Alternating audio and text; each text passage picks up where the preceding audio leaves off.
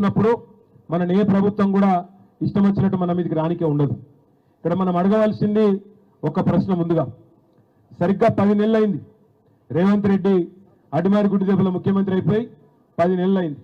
హైదరాబాద్లో మీరు ఎవ్వరు ఓట్లు వేయలే, అంబర్పేటలో మీరు అందరూ వెంకటేశ్వరకే వేసిర్రు, హైదరాబాద్లో మొత్తం మనకే వేసిర్రు. అందుకే హైదరాబాద్ మీద పగబట్టిండు. ఏమో నాకు ఒక్కరు ఓట్లు వేయలే, ఈ గరీబ్ వాళ్ళందరూ కాంగ్రెస్ ఖిలాఫ్ ఉన్నారు, ఇట్లనన్నా చేసి వీళ్ళను కూలగొట్టి ఆగం చేయాలి మీ బతుకులని చెప్పి ఇలా పగబట్టిండు రేవంత్ రెడ్డి. కానీ ఒక్కసారి యాద్ చేసుకోండి, ఏం చెప్పిండు 10 నెలల ముంగట? అప్పుడు ఇక్కడ ప్రచారంకి వచ్చిండు, తిరిగిండు, ఏం చెప్పిండు? కేసీఆర్ 2000 పింఛన్ ఇస్తుండు, ఇంట్లో అవ్వను అయ్యను ఇద్దరు ఒకరికే ఇస్తుండు, ముసలవ్వకో ముసలోనికో. నేను ముఖ్యమంత్రి కాగానే ముసలోనికి ఇస్తా, ముసలయ్యకి ఇస్తా, ఇద్దరికి ఇస్తా. కేసీఆర్ 2000 ఇస్తా అన్నాడు, నేను 4000 ఇస్తా. అవ్వకేమో అత్తకేమో 4000, కోడలుంటే కోడలకు 2500, 2500 ఇస్తా. చెప్పిండా లేదా ఇవన్నీ? 6 గ్యారెంటీలు అన్నాడా? ఇంటింటికి దస్కత్ పెట్టి పంపించిండా? వచ్చినాయా 2500, 4000 వచ్చినాయా? వచ్చినాయండి సీక్రెట్కి ఇక్కడ ఏమన్నా రాకపోతే రాలేని గట్టిగా ఇప్పుడు వచ్చినాయా రాలేదా? కేసీఆర్ 1,00,000 రూపాయలు ఇస్తుండే లగ్గం చేసుకుంటే పేదోళ్ళు, నేను మీదికెళ్ళి తులం బంగారం ఇస్తా అన్నాడు. వచ్చిందా తులం బంగారం? తులం ఇనుమని వచ్చిందా మీకు? బంగారం రాదు, ఇనుము రాదు, మనుగుడు రాదు. ఇంకెన్ని కథలు చెప్పిండు? రైతులకు కేసీఆర్ 10,000 ఇస్తుండు, నేను 15,000 ఇస్తా అన్నాడు. ఇచ్చిందా ఎవరికైనా రైతులకు? 6 గ్యారెంటీలు 100 రోజులు అన్నాడు, 300 రోజులు అయింది, 300 రోజులు అయింది ఇప్పటికి. వచ్చినాయి ఒక్కలకన్నా ఒక బుడ్డ పై సంబంధించేమో బుడ్డ పైసి. మూసీ మే లూటో ఢిల్లీ మే బాటో. మూసీల నట 1,50,000 కోట్ల రూపాయలతోని, 1,50,000 కోట్లు, 1,50,000 రూపాయలు కాదు, 1,50,000 కోట్లు అంటే ఎంతనో ఎరికేనా? మన రాష్ట్ర బడ్జెట్లో సరిగ్గా సగం. మన రాష్ట్ర బడ్జెట్లో సరిగ్గా సగం పైసలు పెట్టాట. మూసీలో 55 కిలోమీటర్లు ఉద్ధరించి దీన్ని ఒక అద్భుతమైన లండన్ లెక్క చేసి ఇక్కడ ఉన్న గరీబ్ గాళ్ళందరినీ తీసుకుపోయి జంగల్లో వారేస్తారట. మరి ఊకుందామా సపరేక? మేమందరం ఎక్కడ అక్కడ పోవాలన్నా? మరి 38 ఇళ్లకు రంగులేసిపోయినరట, RBX అని. రంగులేసిపోతే నేను మీ అందరినీ కోరేది ఒకటే, లక్ష్మి ఇంటి మీద కోతురులే, రత్నాకి ఇంటి మీద కోతురుతి, సపరేక నా పనికి నేను పోతా, నాకేం గరుజు, ఆమె ఇల్లు గులబడితే నాకేమైంది, ఇదివరకు ఒకసారి నన్ను తిట్టింది కాబట్టి ఇప్పుడు నేను ఆమె ఇంటికాడికి పోను అంటే నడవది. ఒక ఇంటి మీదకి వస్తే కాదు, మన పంచాయతీలు ఉంటాయి, ఇంటి పక్క ఇళ్ళనకు ఉన్నాయా? గా మాత్రం తాకట్లు ఉన్నాయా? కానీ ఉంటాయి, ఇంట్లో కూడా తాకట్లు ఉంటాయి, పంచాయతీలు ఉంటాయి, లొల్లులు ఉంటాయి, అప్పుడప్పుడు కొట్టుకుని తిట్టుకుని ఉంటుంది. 3 పిల్లల పంచాయతీలు ఉన్నాయా? ఉంటాయా? ఉన్నాయా? లగ్గంగా లెక్కున్నదా? ఏందిడా అందరు లగ్గం చేసుకునేలే కదా.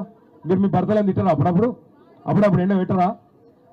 కాదన్నీ ఇంట్లోనే చూసుకోవాలి, బయట వస్తే ఊకుంటామా మన మీదకి? ఇది కూడా గంతే.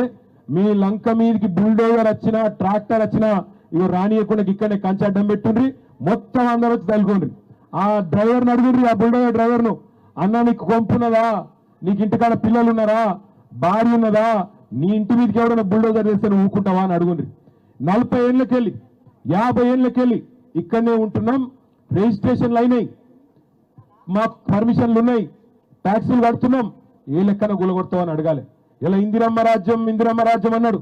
ఇందిరమ్మ చెప్పిందా? సోనియమ్మ చెప్పిందా ఇల్లు గులగొట్టమని? ఎవరు చెప్పిండు? ఎవరు చెప్పలే.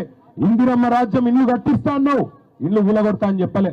అయినా నాకు తెలియక అడుగుతా, ఇయ్యాల ఇక్కడున్న ఒక మల్లయ్య ఇల్లు గులగొట్టి అక్కడ మాల్ కడితే ఏమొస్తుంది నీకు?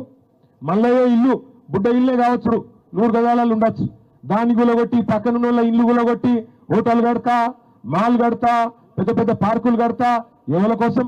ఇక్కడ ఉన్నాయన్ని బుందల గడ్డలు చేసి ఇక్కడ ఉన్న వాళ్ళందరినీ లేపేసి దాని మీదకి వెళ్ళేదో కడతా అంటే ఎవరి కోసం అని నేను అడుగుతున్నా. నువ్వు చెప్పిన మాటలేండి? గవర్నమెంట్లకు రాకముందు గరీబులను మంచిగా చూస్తా అని చెప్పినావు, రైతులను మంచిగా చూసుకుంటా అని చెప్పినావు, పెద్ద మనుషులు నడుచుకుంటా అని చెప్పినావు, అత్తలను చూసుకుంటా, కోడలను చూసుకుంటా, నల్ల బిల్లులు కడతా, కరెంటు బిల్లులు కడతా, మీరు కట్టే అక్కర్నే లేదు, సోనియా గాంధీ కడుతుంది, ఫ్రీ గ్యాస్ ఇస్తా, ఫ్రీ బస్సు పెడతా, ఇన్ని కథలు చెప్పిండు. ఇవాళ ఎప్పుడైనా చెప్పిండా ఇల్లు గులగొడతా అని? ఇల్లు గులగొడతా అంటే ఓట్లు పడుతున్నానా?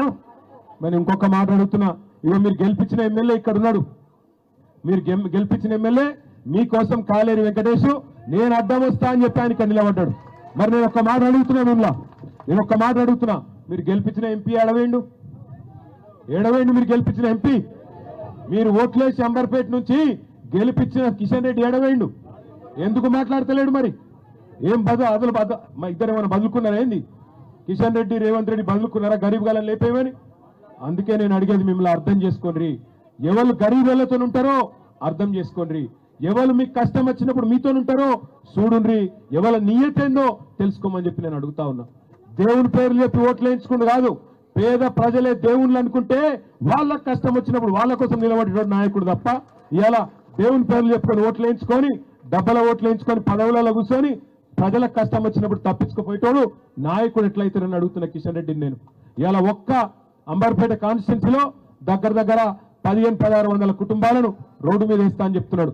నేను వెంకటేష్ అన్న చెప్తున్నా, బయటికి చెప్పే లెక్కలు వేరున్నాయి, లోపల లెక్కలు వేరే అలాగే ఉన్నాయి. బయటికి ప్రభుత్వం చెప్తుంది దగ్గర 18,000-20,000 మంది పోతారని చెప్తుంది, కానీ లోపల లెక్కలు వేరే ఉన్నాయి.